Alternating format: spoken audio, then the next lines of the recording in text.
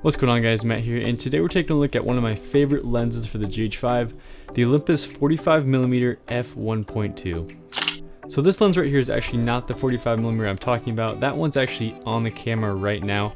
This is actually the 17mm, and it's in the same f1.2. It's part of Olympus's really ultra pro lineup. They're kind of holy grail of prime lenses, and they are actually built the exact same. So this is actually true to size of what the build quality is going to look like on the 45mm. You couldn't tell the difference if you held both of them.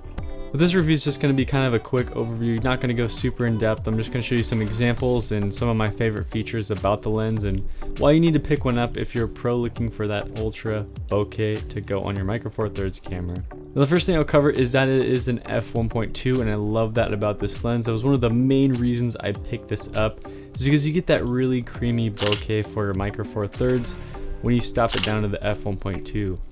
It was actually really meant to be shot wide open at f1.2, and they advertise that they have this feathered bokeh look to the lens, and that is really meant to be shown at f1.2, but it also looks great at any other aperture you have it at. Currently on the video that I'm shooting right now, I have it at 1.4, because if you do 1.2, really you really can miss focus very easily, and there's not much that's in focus, but it really does a great job of blurring out the background, especially for portraits. Now, this lens does not have image stabilization built in like a lot of the Panasonic ones do, but it is still amazing for video, and as you can see in these examples, I use it in a ton of my work for clients. I just love this lens and what it can produce. One of my favorite features about the 45mm is that it actually has that perfect compression to where people's faces look more natural and more flattering. So if you're shooting female portraits, it's an absolute must because you really get a soft look to this lens that a different focal length might not be able to pull off. Now, the 45mm is actually equivalent to about a 90mm, but that's close enough to an 85mm, which is a very popular portrait focal length. And that's why people say that this lens is really great for portraiture, is because you get that really awesome focal length and that extremely fast speed. Now, as you can imagine, this lens would be great for low light as well as all of the Olympus Pro lenses are with their f1.2. So if you throw this on your GH5, you can really battle that low light situation and also achieve some great looks while you're at it.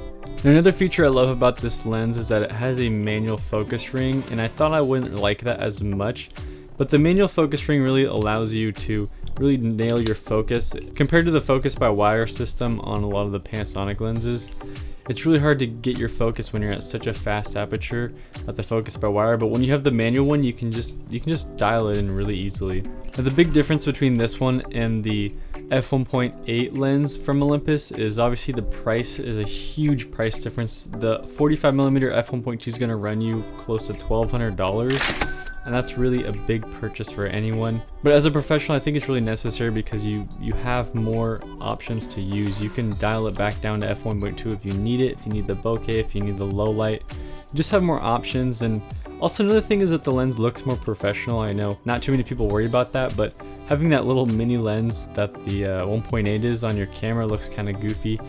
The 1.2 is just built better, it feels better in the hand. It is a lot heavier, but I think the quality trade-off makes it really worth it. Now, I always tell people, if you're looking to get some great photos out of your GH5, pick up a fast lens.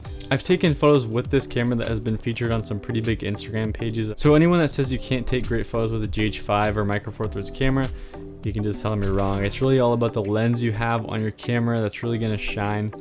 So it doesn't matter if it's cropped or if it's full frame, you can still get amazing looks if you have a good lens.